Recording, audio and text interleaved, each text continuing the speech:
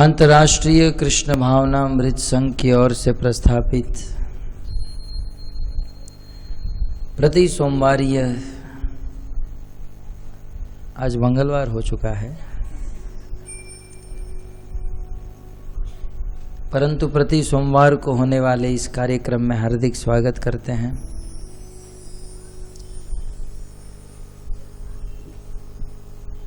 परम सौभाग्य से विभूषित हम सब भगवत कथा श्रवण करने के लिए यहाँ पर उपस्थित हुए हैं।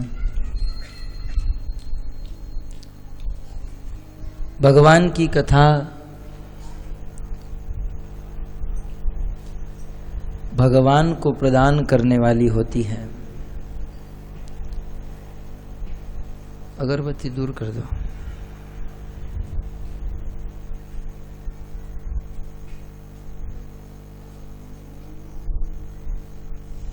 मनहर प्रभु, सब लोग यहाँ कथा में आकर बैठ जाओ। कोई व्यक्ति अन्य कार्य नहीं करेगा। हरे कृष्णा हरे कृष्णा हरे हरे, हरे राम राम राम हरे हरे।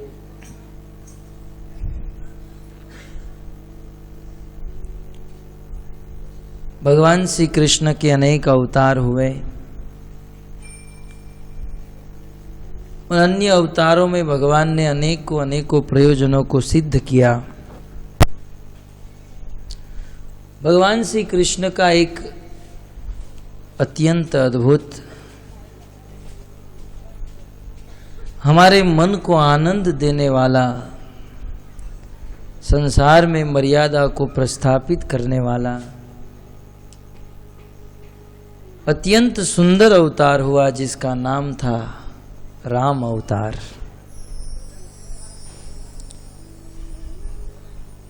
कलयुग में मुख्य रूप से श्रीमद् भागवत के अनुसार भगवान के 3 स्वरूप की पूजा और भक्ति करने का विधान कहा गया है। यदि इन 3 स्वरूप में से किसी एक भी स्वरूप की आप भक्ति करते हो तो निश्चित परम पद को प्राप्त कर सकते हो। सर्वप्रथम भगवान का मूल स्वरूप, जो भगवान का स्वरूपगत स्वरूप है, नित्य निरंतर अपने धाम में विराजमान रहते हैं, सर्व अवतारी, समस्त अवतारों के भी जो अंश है, अंशी है, ऐसे भगवान श्री कृष्ण। तत्पश्चात उसी भगवान श्री कृष्ण के अवतार भगवान श्री रामचंद्र और कलयुग आराध्य देव श्री चैतन्य महाप्रभु, ये तीनों अवतार, ये तीनों रूप भक्तों के लिए भजनीय है। तो आज हम भगवान श्री रामचंद्र की कथा का कुछ संक्षिप्त में श्रवण करेंगे।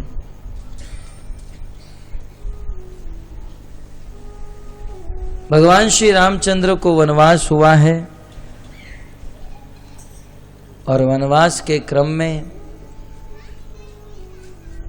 सर्वप्रथम प्रथम रात्रि भगवान श्री रामचंद्र तमसा नदी के तट पर बिताते हैं। जब भगवान श्री रामचंद्र अयोध्या से निकले हैं तो उनके साथ साथ अयोध्या की सारी प्रजा भगवान के साथ चलने लगी, क्योंकि भगवान इतने सुशील थे, इतने गुणवान थे, राम को कोई छोड़ना नहीं चाहता था, क्योंकि बिना राम के यह जीवन भी हराम है। मुसलमान लोगों ने एक बहुत बड़ा दावा उठाया पाकिस्तान में, बोले हमारे देश में ये जो श्री राम होंडा है जनरेटर कंपनी, बोले ये श्री राम होंडा कंपनी हमारे देश में नहीं चलेगी, या तो इस कंपनी को बंद करो या इसका नाम बदल दो, क्योंकि ये राम नाम जो है हिंदू के भगवान का नाम है, हम मुसलमानों का नहीं। तब हमारे एक भारत के बहुत बड़े कवि हुए, उन कवि ने बहुत सुंदर बात बताई। बोले तुम राम को कहां कहां से निकालोगे, राम कहां नहीं है, केवल एक जनरेटर के लेबल से राम को निकाल देने से राम निकल नहीं जाएंगे, और यदि राम को निकालना ही है तो अपने जीवन से राम को निकाल कर बताओ, फिर हम लोग देखेंगे आप आराम कैसे कर सकते हो, क्योंकि आपका आराम बिना राम के पूरा नहीं होता है। हम लोग कहते हैं ना मैं आराम कर रहा हूं, तो आराम शब्द में भी राम लगा है। यदि आराम में से राम को निकाल दो तो जीवन में कभी आराम हो नहीं सकता है। सुख चाहिए, शांति चाहिए, आराम चाहिए तो राम को लाना होगा। भगवान श्री रामचंद्र को छोड़कर कौन रह सकता है। अतः अयोध्या की सारी प्रजा भगवान श्री रामचंद्र के साथ चल रही है। बोले हम राम को वनवास में नहीं जाने देंगे, और यदि राम वन में जाएंगे तो हम भी राम के साथ वन में जाएंगे। अतः सब लोग राम के साथ चले हैं। चलते चलते रात्रि हुई और भगवान श्री रामचंद्र तमसा नदी के तट पर पहुंचे हैं। वहां जाकर शयन किए। भगवान के साथ साथ समस्त अयोध्या वासी भी शयन करने लगे। भगवान आधी रात को जग गए। भगवान श्री रामचंद्र ने लक्ष्मण को जगाया। लक्ष्मण तो जग ही रहे थे, सीता को जगाया, और उनके साथ उनके मंत्री सुमंत्र जी थे। सुमंत्र जी को जगाया और कहा, सुमंत्र जी सारी प्रजा सो रही है, जग जाएगी तो मुझे छोड़ नहीं पाएगी, अतः रातों रात हम यहां से हमारा रथ लेकर चले जाते हैं। उस समय रातों रात भगवान श्री रामचंद्र रथ पर सवार हुए। पत्नी सीता और अपने छोटे भाई लखनलाल को सवार करके सुमंत्र जी के साथ उस तमसा नदी के तट पर सभी यात्रियों को, सभी भक्तों को छोड़कर भगवान निकल गए। ये कथा शायद आप लोग जानते हैं, परंतु कथा का तत्व को जानना होगा, कथा के मर्म को जानना है। भक्तों विचार कीजिए कि जिन भक्तों ने भगवान के लिए अपने घर को त्यागा, अपने काम धंधे को त्यागा, सब कुछ त्याग कर जो भक्त भगवान के साथ निकल पड़ा, ऐसे भक्तों को भगवान ने छोड़ दिया। अरे गीता में तो खड़े खड़े कहते हैं सर्वधर्मान परित्यज्य माम एकम शरणम व्रज। हे अर्जुन, सब कुछ छोड़कर तुम मेरे पास आ जाओ, मैं तुम्हें स्वीकार कर लूंगा, मैं तुम्हें मेरा वैकुंठ धाम प्रदान कर दूंगा। जब भगवान अन्य और लोगों को बुलाते हैं, और जब ये लोग भगवान के पास गए तो भगवान राम ने उनको छोड़ दिया। आखिर कारण क्या था? तब एक संत ने बहुत सुंदर बात बताई है, बहुत सुंदर सिद्धांत स्थापित किया। बोले यह सत्य है, अयोध्या के भक्त भगवान से प्रेम करते थे, यह भी सत्य है कि उन्होंने भगवान के लिए अपना सब कुछ छोड़ा, लेकिन उनसे एक गलती हो गई कि तमसा नदी के तट पर जब भगवान शयन किए तब ये लोग भी शयन कर लिए, और उस समय सोने के कारण भगवान उनको छोड़कर चले गए। यदि वह भक्त वहां पर सोए न होते तो भगवान उसे कभी न छोड़ पाते। भक्तों, बहुत सुंदर सूत्र निकल गया कि संसार में साधक को कभी भी सोना नहीं चाहिए। साधक यदि सो गया तो भगवान हाथ से निकल गए। इसका अर्थ यह नहीं कि 24 घंटा जगना चाहिए, मैं नहीं कह रहा हूं, लेकिन जरूरत से ज्यादा साधक को कभी नहीं सोना चाहिए। बहुत सुंदर सिद्धांत रामायण से यह प्राप्त हुआ कि एक साधक सदैव सावधान होता है, निरंतर भगवान की प्राप्ति करने के लिए अनेकों कार्यों में मग्न रहता है। उन अनेकों कार्यों में लगे हुए उस साधक को कभी भी आलस और निद्रा में नहीं फंसना चाहिए, नहीं तो वो भगवान की प्राप्ति नहीं कर सकता है। चैतन्य महाप्रभु और अनेक भक्तों ने निद्रा को वश में करने के लिए कहा है। जीव जागो गोरा चांद बोले हैं। चैतन्य महाप्रभु कहते हैं कि हे जीव, जगे सोए हुए हो जग जाओ, कत निद्रा जागो माया पिशाचिर कोले। कब तक इस चुड़ैल की गोद में सोते रहोगे? हम रात को जिस तकिए के ऊपर मस्तक रखकर सोते हैं बहुत अच्छा लगता है, लेकिन महाप्रभु कहते हैं कि वह चुड़ैल की गोद है। अतः साधक को कभी सोना नहीं चाहिए, और निद्रा आ जाए तो नरसिंह मेहता को याद कर लेना चाहिए। जा जा निद्रा हूं तने वारो, तू छे नारदो तारी रे। जा जा निद्रा हूं तने वारो, योगी ने लूट्या ते तो भोगी ने लूट्या। बहुत सुंदर नरसिंह मेहता ने गाया है कि निद्रा जो है, निद्रा ने सबको लूट लिया। बड़े बड़े भोगियों को तो लूट ही लिया, साथ ही साथ बड़े बड़े योगियों को भी लूट लिया। ये निद्रा नाम की जो माया है किसी को छोड़ती नहीं है। अतः निद्रा को वश में करना चाहिए। सभी भक्त वहां पर सो गए, भगवान ने उनको छोड़ दिया और वहां से तमसा नदी से चले हैं। भगवान रामचंद्र सुमंत्र जी को लेकर श्रृंगवेरपुर पहुंचे। ये श्रृंगवेरपुर निषादों की नगरी थी, मछुआरे रहते थे वहां पर, और उन सभी मछुआरों का, सभी निषादों का एक राजा था जिसका नाम था गुह। सभी निषाद राज गुह। भगवान श्री रामचंद्र इनसे मिले और एक रात वहां पर रुके, और दूसरे दिन सुबह जगकर भगवान रामचंद्र कुछ बोले उनके पहले ही सुमंत्र जी दोनों हाथ जोड़कर भगवान रामचंद्र से विनंती करते हैं, निवेदन करते हैं, प्रभु आप अयोध्या से निकले हो, बहुत समय हो गया। प्रभु आपके पिता महाराज दशरथ ने मुझे कहा है कि तुम जाओ रामचंद्र को कुछ दिन घुमाकर वापस अयोध्या में लेकर आओ। प्रभु अब तो अयोध्या भी सोनी हो गई होगी और महाराज दशरथ आपकी राह देख रहे होंगे। प्रभु आप अभी और इसी वक्त मेरे साथ वापस लौटे। तब भगवान श्री रामचंद्र ने सुमंत्र जी को बहुत सुंदर उपदेश दिया। भगवान श्री रामचंद्र सुमंत्र जी को अपने पिता तुल्य मानते थे कि आप मेरे पिता के समान हो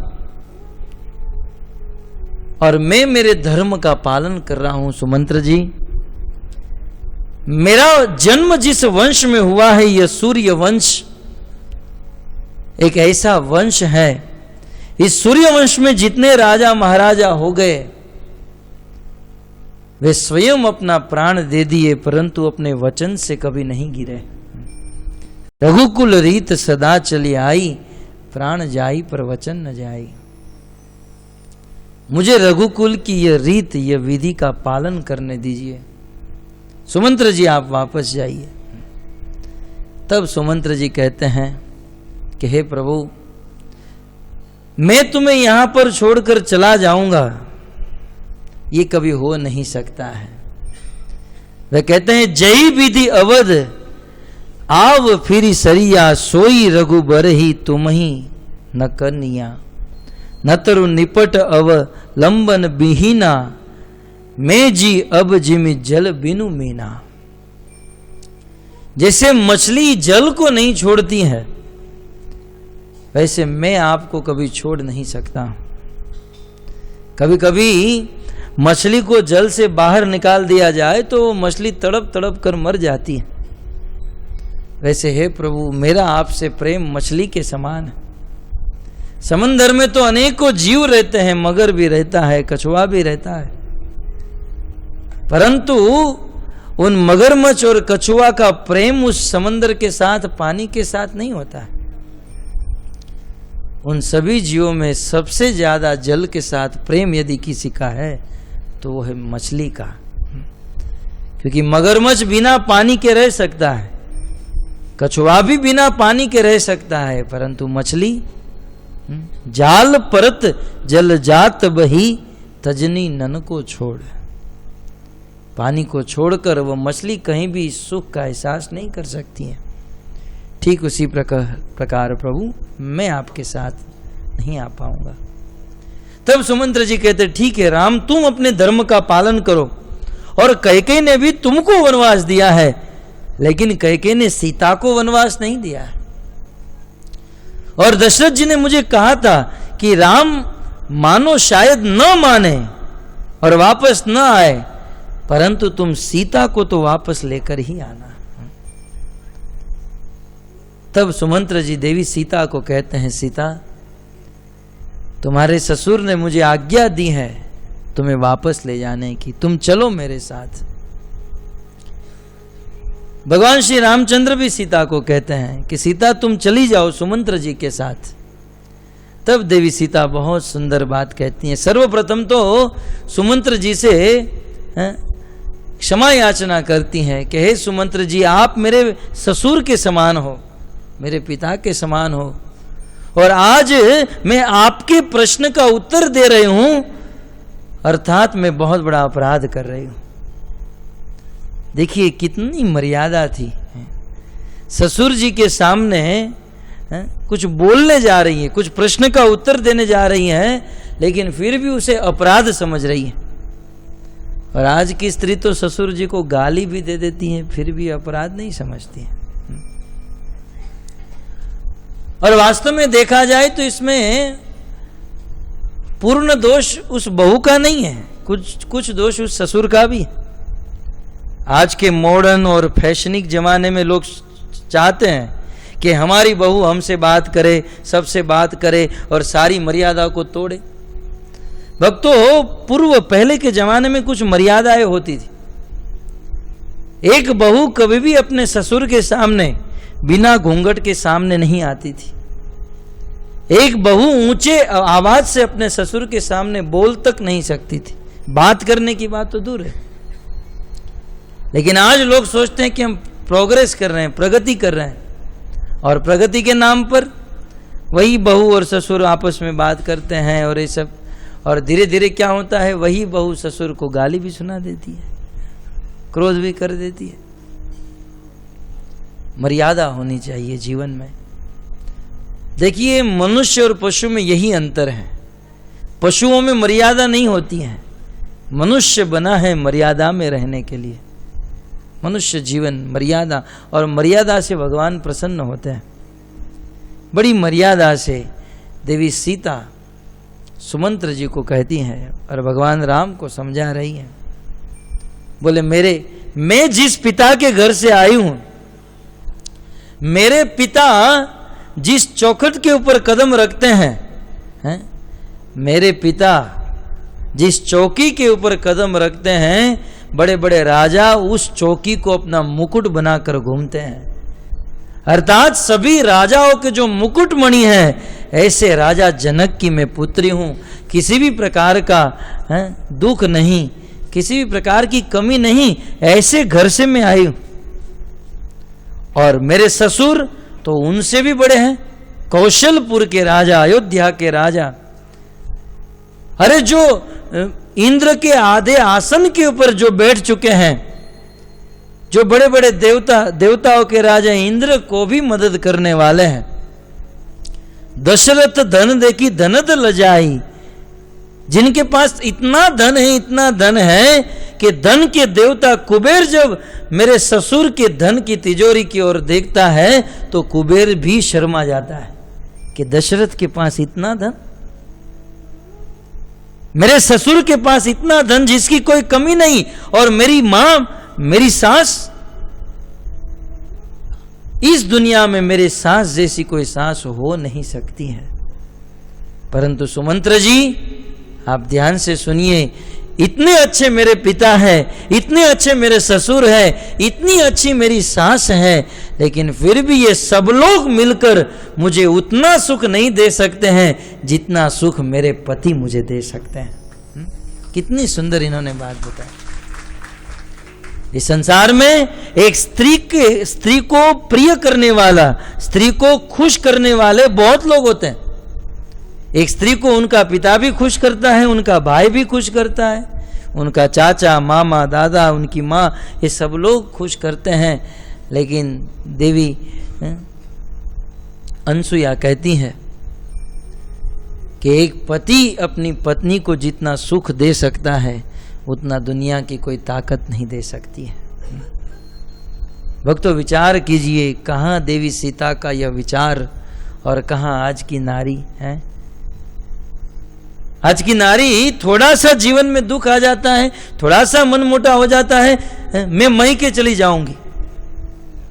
अरे तू मैके जाकर क्या करेगी? देखिए देवी सीता क्या कर रही है।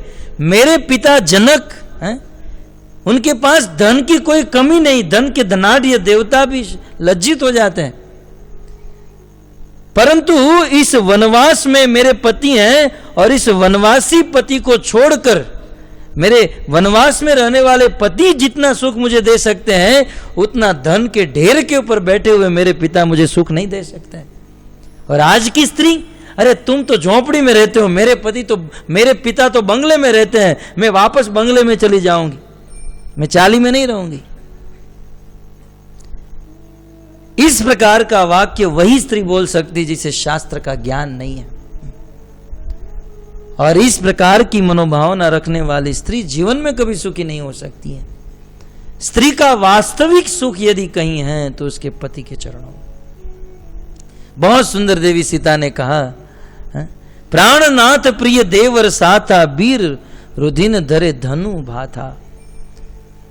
बोले मैं मेरे पति के साथ रहूंगी सुमंत्र जी, मैं मेरे पति के साथ रहूंगी तो वन के जो पशु पक्षी हैं, उस पशु पक्षियों को देखकर मुझे उतना आनंद मिलेगा जितना आनंद मुझे जनकपुर अयोध्या में नहीं मिला। पति के साथ रहूंगी।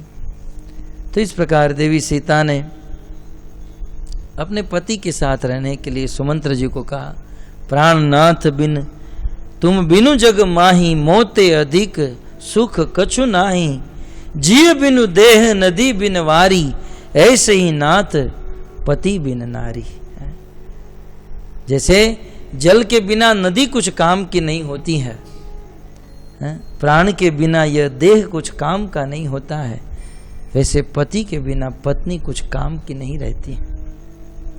अतः मैं मेरे पति को नहीं त्यागूंगी।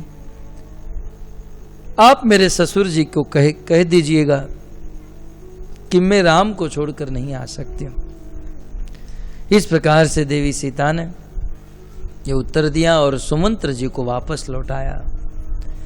भक्त सुमंत्र जी बड़े दुखी होकर, आगे सुमंत्र जी ने जो पछतावा किया है, अह मंद मंद तू अवसर चूका। उस समय तो भगवान के राम के शब्दों से सुमंत्र जी वहां से निकल गए, लेकिन जब बहुत दूर सुमंत्र जी अयोध्या के निकट पहुंचने, अयोध्या की बॉर्डर तक आ गए, तब मन में सोचे कि अरे मैंने क्या किया। मंद मन तू अवसर चूका। सुमंत्र जी अपने मन को कोस रहे हैं कि मंद मन, ये मन तू कितना मंद है, ये मन तू ये अवसर चूक गया। यदि तू वहां राम के साथ रहा होता और राम के साथ रहकर तूने अपना प्राण भी दे दिया होता तो इतिहास में तेरा नाम आ जाता कि सुमंत्र था और राम के विरह में प्राण त्याग दिया। लेकिन राम के विरह में भी इस देह से प्राण नहीं निकला, राम का विरह हो गया, फिर भी मैं आज जीवित हूं, मैं अवसर चूक गया। मंद मन तू अवसर चुका। सुमंत्र जी ने बहुत अफसोस किया, बहुत पछतावा किया। सुमंत्र जी वापस आए। दशरथ जी को पता चला सुमंत्र जी आए हैं, जैसे घायल हाथी अचानक खड़ा होकर दौड़ने लगे, वैसे दशरथ जी दौड़ने लगे। सुमंत्र बताओ मेरी सीता कहाँ है, मेरा राम कहाँ है, लखन कहाँ है। सुमंत्र जी ने बहुत अफसोस कहते हुए कहा कि मैंने बहुत मनाया परंतु वे नहीं आए।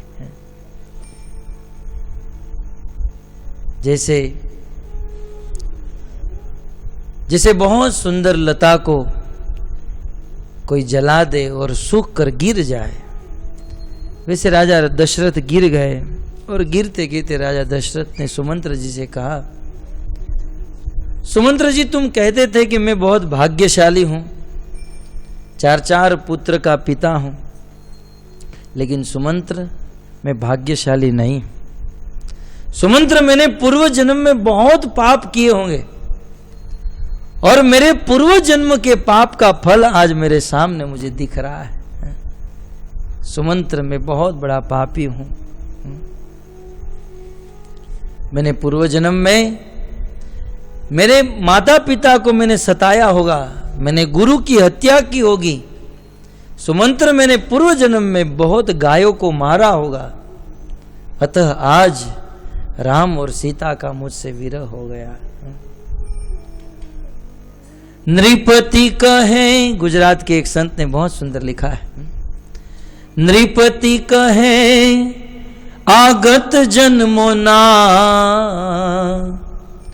नृपति कहे आगत जन्मो ना, प्रगट्या मारा पाप, आज बधा प्रगट्या मारा पाप। गुरु दुभाव्या हशे, गायों ने मारी हशे, गुरु दुभाव्या हशे, गायों ने मारी हशे, मारा हशे माने बाप, डूंगरडे में डांग लगाड्यो, एने मारो खेल बगाड्यो।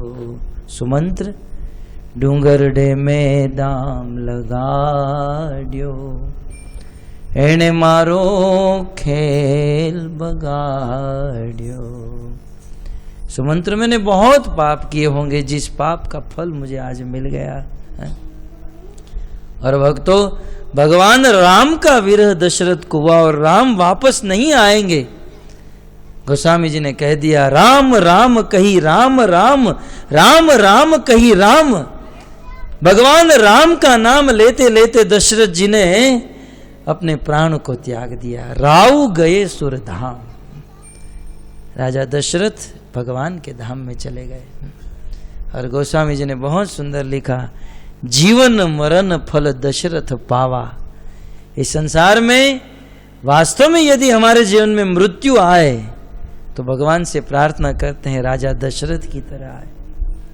इस संसार में जीने और मरने का वास्तविक फल यदि किसी ने प्राप्त किया तो वो है दशरथ। गोस्वामी जी ने लिखा, जीवन मरण फल दशरथ पावा, जीवन मरण फल दशरथ पावा। क्यों? जीवन जीने का फल दशरथ ने प्राप्त किया, क्योंकि जीते जी जीवन में कुछ याद रखे तो मात्र राम को।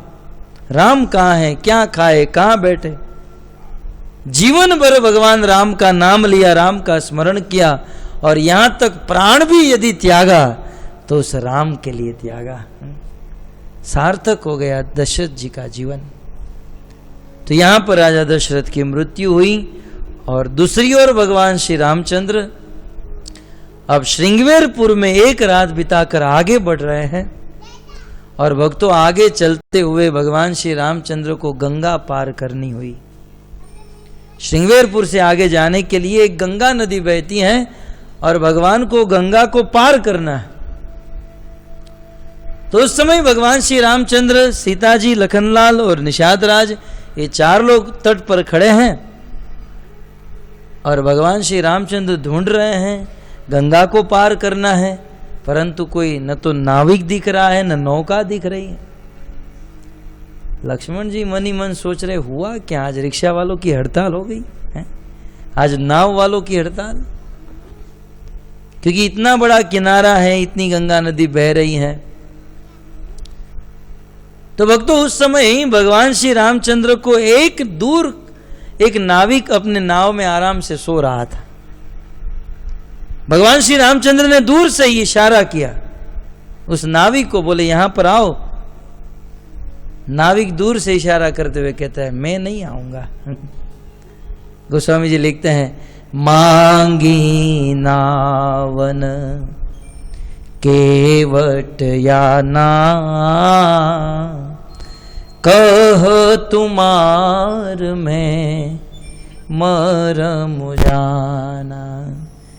मांगी नावन केवट आना, भगवान रामचंद्र ने नाव को मांगा, परंतु वह केवट, वह नाविक वहां पर नहीं आया।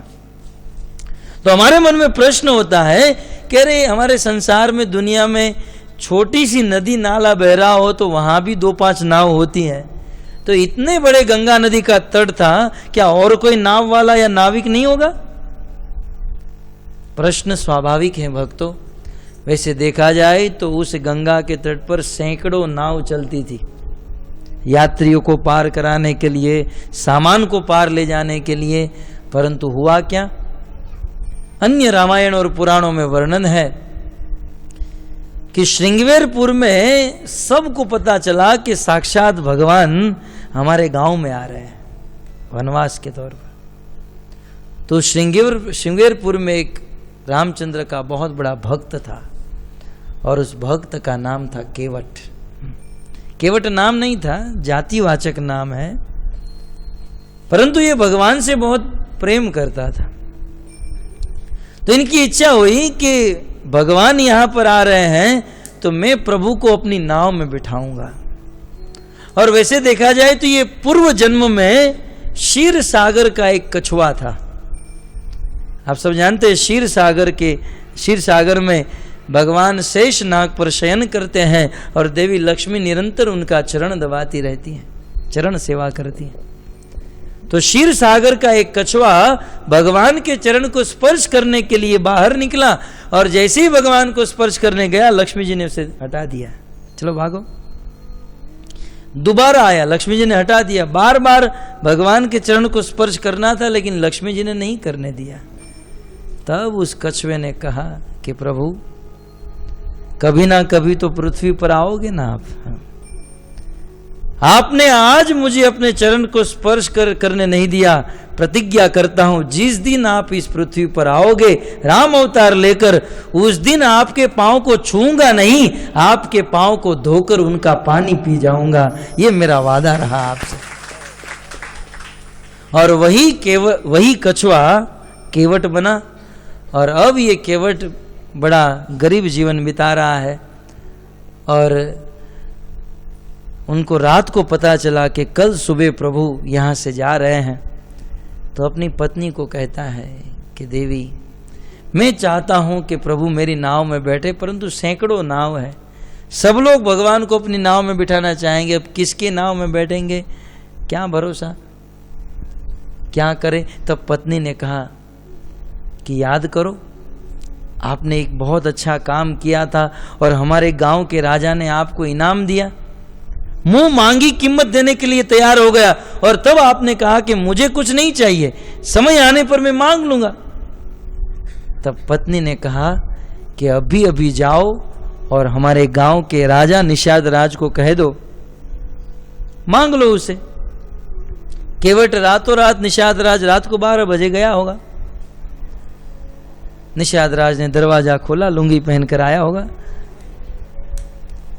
बोले रात को 12 बजे क्यों आया हमारे घर पर? बोले आपने मुझे कहा था ना, एक वरदान दिया था कि जब चाहे तब मांग लेना, तो अभी जरूरत पड़े। बोले कल सुबह नहीं आ सकता था? बोले नहीं, अर्जेंट है। क्या अर्जेंट है? बोले देखो, मेरी इच्छा है कि कल आप हमारे गांव में जितने भी नाविक हैं और नाव चलाने की हड़ताल कर दो, रिक्शा हड़ताल, और एक भी आदमी अपनी नाव लेकर वहां दिखना नहीं चाहिए। सब लोग को आदेश दे दो अपनी अपनी नाव लेकर अपने अपने घर पर चले जाए। कल मैं अकेला नाव चलाऊंगा, बस ये वरदान मुझे चाहिए। तब तो वरदान दिया था, इसलिए पूर्ण करना था। निषाद राज ने अपने अनुचरों को रातों रात सबके घर पर भेजा और सब लोगों ने अपनी अपनी नाव को उस नदी से हटाकर अपने घर पे लाकर रख दिया। इसलिए उस गंगा के तट पर एक ही नाविक था, अपनी नौका लेकर। केवट मांगी नाव, भगवान ने नाव को मांगा परंतु केवट नहीं। तब भगवान ने कहा थोड़ा नजदीक आकर बात कर, दूर से क्या इशारा कर रहा है?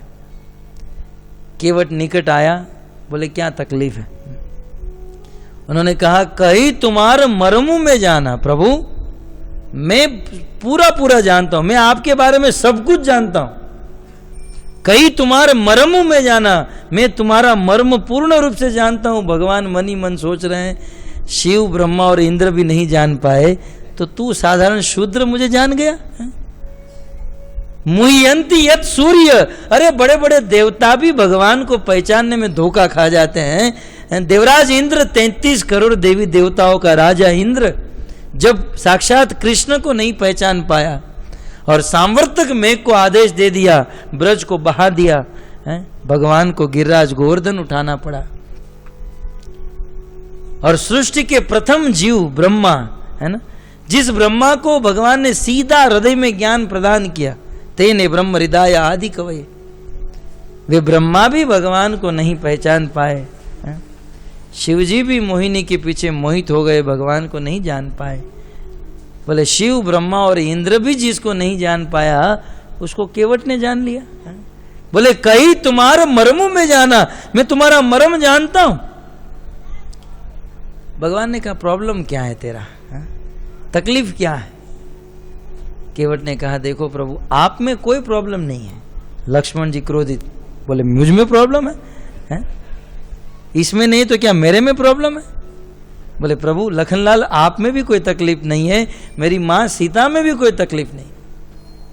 प्रभु आपके चरण में भी कोई प्रॉब्लम नहीं है, लेकिन आपके चरण के नीचे जो रज लगी हुई है उसमें बहुत बड़ी प्रॉब्लम है। क्या तकलीफ है? चरण कमल रज कहूं सब कहीं, मानुष करनी मूरी कछु अहि।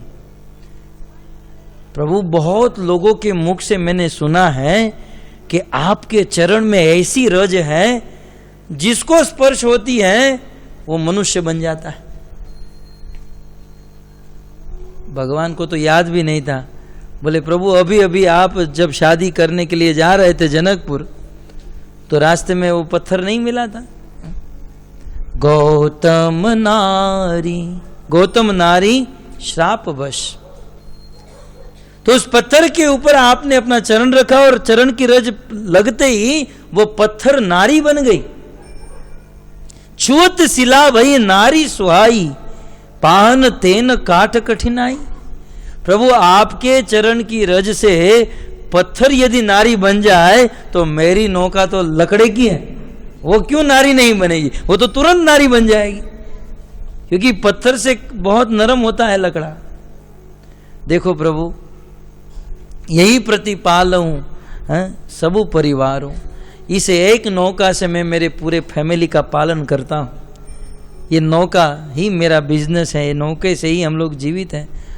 और यदि आप इस नौका के ऊपर चढ़ गए और आपके चरण की रज से ये नारी बन गई तो मेरा तो बिजनेस ही खत्म हो जाएगा, हम तो भिखारी बन जाएंगे, हम तो मर जाएंगे।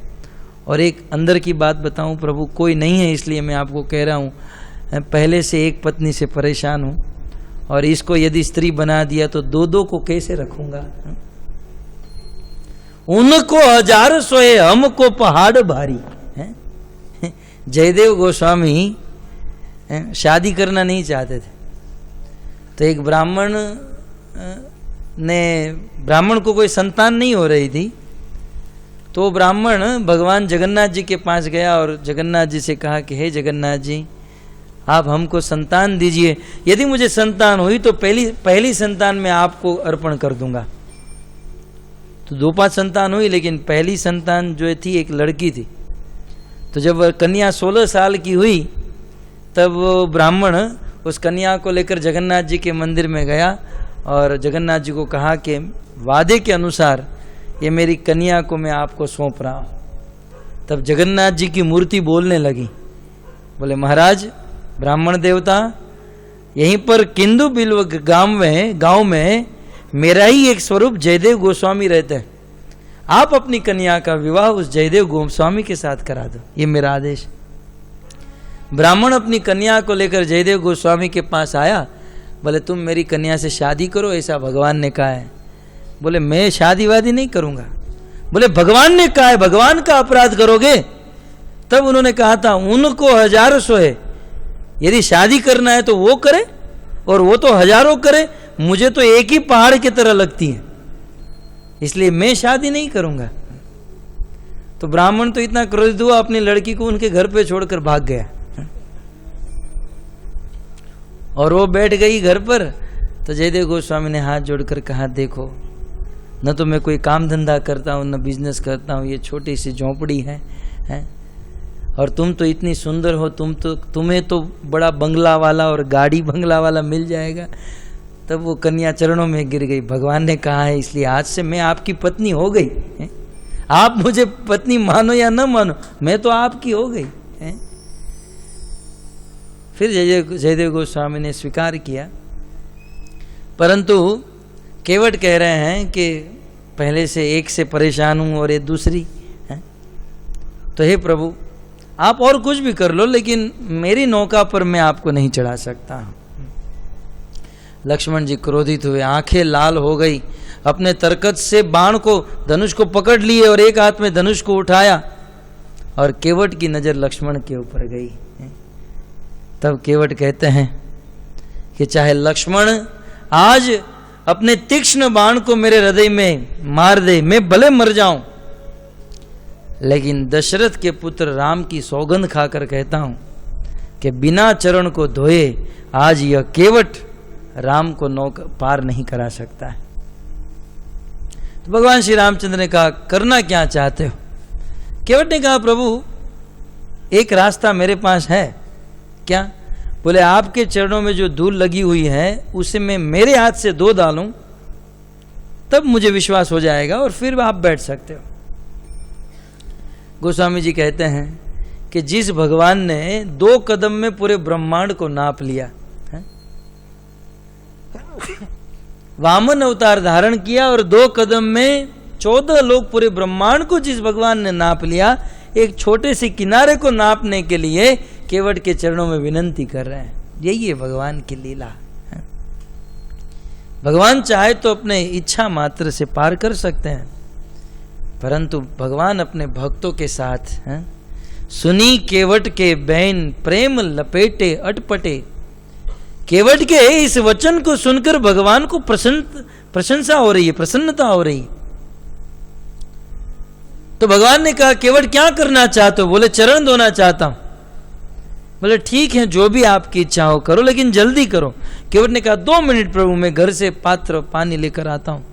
केवट तुरंत घर पर गया और घर से पानी और पात्र लेकर आया, लेकिन देखिए कितना बुद्धिमान था, लकड़े का पात्र लेकर आया, क्योंकि चरण धोकर वह कंफर्म करना चाहता था कि ये पात्र यदि चरण पात्र में रखूंगा तो पात्र यदि स्त्री हो गई तो मेरी नौका भी लकड़े की है, पात्र नहीं स्त्री होगी तो नौका भी नहीं होगी। तो लकड़े के पात्र में भगवान को बिठाया और लकड़े के पात्र में भगवान का चरण रखा और मसल मसल कर भगवान के चरण को धो डाला और चरण को धोया। धोते धोते भगवान के हाथ में पात्र पकड़ा दिया, प्रभु पकड़ कर रखिए। 2 मिनट में आया। लक्ष्मण ने कहा अब ये क्या लेने जा रहा है। केवट दौड़कर घर पर गया, अपने पत्नी और 2-5 बच्चों को साथ में लेकर आया और अपनी पत्नी को कहा चलो धो भगवान के चरण। पत्नी ने धोया।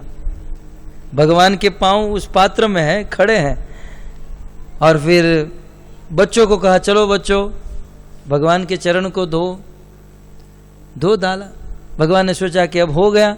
तब केवट कहते प्रभु मैंने सुना है कि आप गुरुकुल में गए थे। बोले हाँ। बोले मैंने सुना है आपको वेदों का मंत्र भी याद है। बोले हाँ। बोले मैंने सुना है कि आपने सारा कर्म कांड सीखा हुआ है। बोले हाँ। तो प्रभु अब लोग तो आपकी छवि के ऊपर पानी चढ़ाते हैं और अपने पितरों को पानी पहुंचाते हैं, आप साक्षात खड़े हो, तो प्रभु थोड़ा मैं जल तर्पण कर रहा हूं और आप जरा मंत्र बोलिए ना मेरे पिता के लिए। तो भगवान के चरण भी धो दिए और भगवान जब मंत्र बोलने लगे प्रभु आप अकेले बोल रहे हो ना, ठीक नहीं, आपके भाई को भी कहो ना, आप दोनों साथ में बोलेंगे तो है?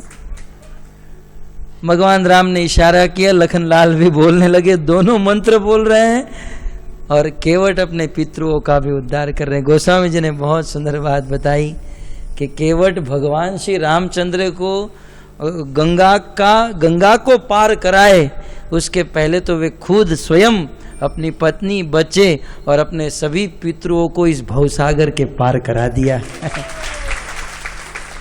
भगवान को पार कराने इसके पहले तो स्वयं अपने परिवार और पितरों को भवसागर के पार करा दिया। और जब केवट ने भगवान के चरण को धोया तब समस्त देवता आकाश में आ गए और आकाश में आकर धन्य है केवट, धन्य है, अति आनंद उमगी अनुरागा, चरण सरोज पखावन लागा, बरस सुमन सुरु सकल सिहाई, यही सम पुण्य पुंज को नाही। देवता लोग आकाश में खड़े खड़े केवट के इस दृश्य को देखकर अफसोस कर रहे हैं कि हम देवता बने हैं, स्वर्ग में रहते हैं, धिक्कार है हम देवताओं को। हम इतने बड़े परिवार में जन्म लिए, हम इतनी अच्छी अच्छी स्कूलों में पढ़े, इतना इतना ज्ञान प्राप्त किए, लेकिन आज केवट ने जो हासिल किया वे तो हम देवताओं ने भी प्राप्त नहीं कर पाया। ये गांव का रहने वाला गवार साक्षात भगवान के चरण को धो दिया है। धिक्कार है हमारे ज्ञान को और सत्कार है केवट की इस भक्ति को। देवता लोग, सभी देवतागण फूलों की वृष्टि करने लगे और प्रसन्न होकर नाचने लगे। और यहाँ पर धीरे धीरे भगवान के चरण केवट ने धो डाले। चरण धोने के बाद जो चरणोदक था वो केवट ने स्वयं पिया, पत्नी को पिलाया, अपने सभी बच्चों को पिलाया, जितना पी सकते थे उतना पिया, फिर अपने अपने शरीर पर छिड़का और सब लोग प्रसन्न होकर नाचने लगे। तब लक्ष्मण ने कहा कि चलो चलो जल्दी करो, अब बहुत हो गया। तब केवट थोड़े झुक गए और कहा कि ठीक है प्रभु जी, आपके चरण साफ हो गए हैं, अब आप मेरे कंधे पर बैठ जाइए। लक्ष्मण तुरंत बाण निकाल कर कहा देखो, चरण धोने की बात हुई थी, कंधे पर बिठाने की बात नहीं हुई थी। लक्ष्मण जी पूर्ण क्रोधित। केवट ने कहा ठीक है, उतर जाओ और यहां से चलकर नाव पर बैठो, और यदि मिट्टी लगेगी तो फिर से धोना पड़ेगा। तब केवट ने सोचा 2-3 घंटा और बिगाड़ेगा ये, ठीक है बिठा ले कंधे पर। तो भगवान के चरण को भी धो दिया, पितरों का उद्धार भी कर दिया, पत्नी और पुत्रों का भी उद्धार किया, और अब भगवान को अपने कंधे पर बिठाया। जो भगवान करोड़ों करोड़ों ब्रह्मांड को अपने जठर में धारण करके रखते हैं, भक्ति के प्रभाव से केवट ने भगवान को अपने कंधे पर बिठाया और कंधे पर बिठाकर केवट ने भगवान को उस नौका के ऊपर चढ़ाया। जगत जननी माता सीता नौका में बैठी, लक्ष्मण बैठे, निषाद राज बैठे और केवट उस नौका को चलाने लगा। अब सीधा सीधा यदि नौका को यहां से उस पार लेकर जाए तो 3 मिनट से ज्यादा नहीं लग सकता है, लेकिन भगवान के भक्त कुछ टेढ़े होते हैं। केवट ने अपनी नौका को चलाया, ये चला आधा घंटा, पौना घंटा, 1 घंटा, 1.5 घंटा, और लक्ष्मण क्रोधित बोले रिक्शा घुमा घुमा कर क्यों लेकर जा रहा है? कभी कभी रिक्शा वाले होते हैं ना, नए लोगों को देखकर घुमा घुमा कर लेकर आते हैं। बोले इतना घुमा क्यों रहा है? भगवान ने कहा देखो खून खराब ठीक नहीं है, शांति से काम हो जाए तो। तब 1.5 घंटा हो गया, 5 मिनट के काम में 1.5 घंटा हो गया। तब भगवान ने केवट को कहा केवट इतना क्यों घुमा रहा है, तो इतना क्यों चक्कर कटवा रहा है, अब जल्दी पार लगाओ। केवट ने कहा बस इतने में ही थक गए? प्रभु बस यही बात मैं तुमको कहना चाहता हूं कि हम लोग 84 लाख के चक्कर काट रहे हैं और आप 1.5 घंटे के चक्कर में थक गए। जैसे आप इस चक्कर को, इस नदी को पार करना चाहते हो प्रभु, उसी प्रकार हम भवसागर को पार करना चाहते हैं। भगवान के कहने पर केवट उस नदी को पार करके किनारे पर लाया और तीनों उतरे हैं। और उसी समय भगवान को इच्छा हुई कि केवट ने बहुत मेहनत की है, बहुत प्रयास किया है, बिना वेतन के कभी भी काम नहीं कराना चाहिए, मजदूरों को वेतन देना चाहिए। भगवान ने यह सिद्धांत स्थापित किया।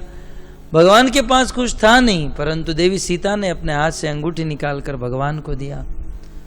और भगवान जब सोने की मुद्रिका केवट को देने लगे, तब केवट ने कहा प्रभु इसकी कोई आवश्यकता नहीं है। भगवान ने कहा ले लो। केवट बोले नहीं आवश्यकता है, ले लो। तब केवट ने कहा देखो प्रभु, एक डॉक्टर दूसरे डॉक्टर से पैसा लेता है? कभी नहीं। जो हार्ट स्पेशलिस्ट है वो ऑर्थोपेडिक सर्जन के पास जाएगा तो वो अपना काम बना लेगा, कभी उसको प्रॉब्लम होगा तो ये इंजेक्शन मार देगा। दोनों एक दूसरे का काम पटा लेते हैं। एक डॉक्टर किसी डॉक्टर से पैसा लेता है? प्रभु ने कहा नहीं। बोले एक हजाम दूसरे हजाम से पैसा लेता है? एक हजाम का बाल बड़ा हो गया तो दूसरे को कह दिया काट दिया, काट दे, और दूसरे का बड़ा हो तो ये काट देगा। आपस में समझौता हो जाता है। बोले एक डॉक्टर किसी डॉक्टर से पैसा नहीं लेता है, एक हजाम किसी हजाम से। समान बिजनेस वाले, समान धंधे वाले एक दूसरे से पैसे नहीं मांगते हैं। प्रभु आपका और मेरा धंधा एक ही है, अब पैसा क्या लेना देना? लक्ष्मण क्रोधित बोले अब तक तो ठीक था, लेकिन अब तू अपने आप को भगवान राम के साथ तुलना कर रहा है। कहां सूर्यवंशी भगवान राम और कहां तू शूद्र केवट। तब केवट ने कहा लखन तुम नहीं समझोगे, तुम छोटे हो ना, तुम्हारी बुद्धि भी छोटी है। बोले तुम जानते नहीं हो मेरा और तुम्हारे भाई का बिजनेस एक ही है। बोले प्रभु आपका काम क्या है? संसार के जीव को भवसागर से पार कराना, ये आपका काम है। संसार के भटके हुए जीवों को भवसागर से पार कराना आपका काम, और नदी का पार कराना ये मेरा काम। काम तो दोनों का एक ही है। आप थोड़ा बड़े काम वाले हो, मेरा थोड़ा छोटा काम है, लेकिन काम तो एक ही है।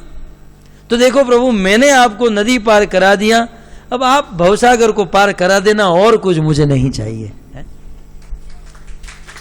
भक्त तो यही है, इस संसार में जो व्यक्ति भगवान से कुछ मांगता है तो भगवान उसे दे देते हैं, परंतु मूल वस्तु से वह व्यक्ति अवगत रह जाता है। अतः भगवान से यदि मांगना है तो भगवान को ही मांग लेना चाहिए। केवट ने यह सिद्धांत बताया। भगवान ने कहा मांगो मांगो, केवट ने कहा मुझे कुछ नहीं चाहिए। अब कछु नाथन चाहिए मोरे, दीन दयाल अनुग्रह तोरे।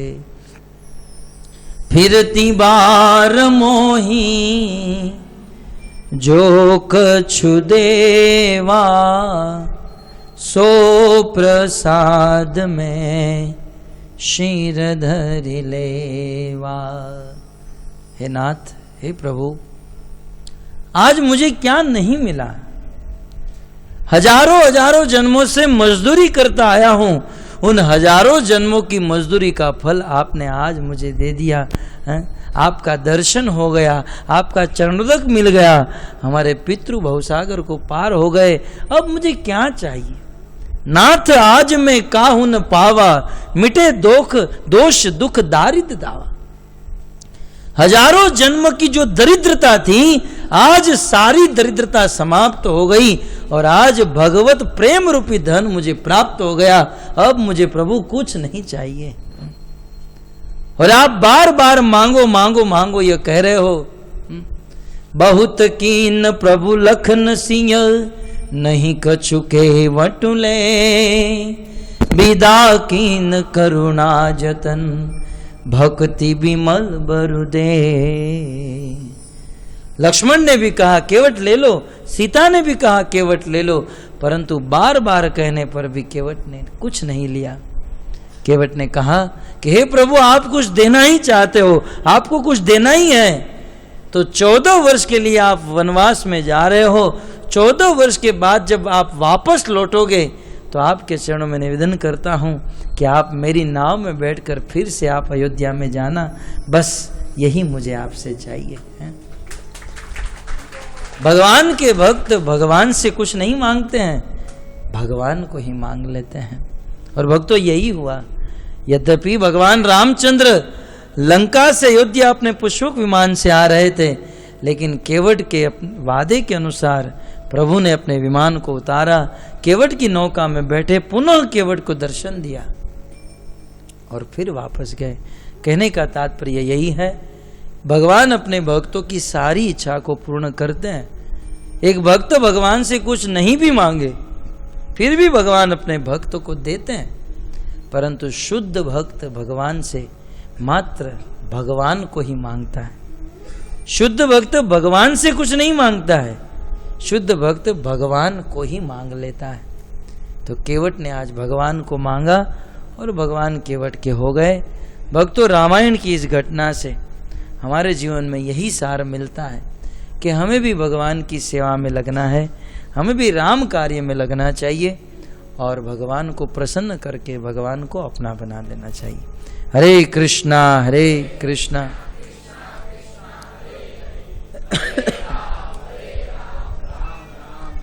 आप सभी भक्त भगवान की सेवा में लगे हो। भगवान की बहुत प्रकार की सेवाएं होती हैं, लेकिन भगवान की सबसे बड़ी सेवा है भगवान की कथा सुनना। ये कथा सुनना बहुत बड़ी सेवा है। तो ये सेवा में लगे रहिए, भगवान का नाम लीजिए और अपने जीवन को धन्य कीजिए। यहाँ राणा कोटेज वाले भक्त बड़े भगवत प्रेमी है, कथा प्रेमी है, और उनके प्रेम के कारण हमने कहा है कि महीने में एक बार अवश्य आएंगे। बिजी शेड्यूल के कारण हम यहाँ पर इतना नहीं आ सकते हैं, परंतु आपका प्रेम हमें यहाँ पर खींच कर लाता है। तो बस यही प्रेम, यही भाव भक्तों के प्रति, भगवान के प्रति रखिए। शास्त्र की इन बातों को जीवन में धारण कीजिए, भगवान का नाम लीजिए, जीवन सुखमय बीतेगा और मृत्यु के बाद भगवान के धाम की प्राप्ति होगी। हरे कृष्णा हरे कृष्णा कृष्णा कृष्णा हरे। भक्तों की महानता है, लेकिन फिर भी जिन्होंने ये गुप्त स्पॉन्सर किया है, इन भक्तों का हम बड़े हृदय से आभार प्रकट करते हुए एक बार महामंत्र का उच्चारण करेंगे। हरे कृष्णा कृष्णा कृष्णा हरे हरे,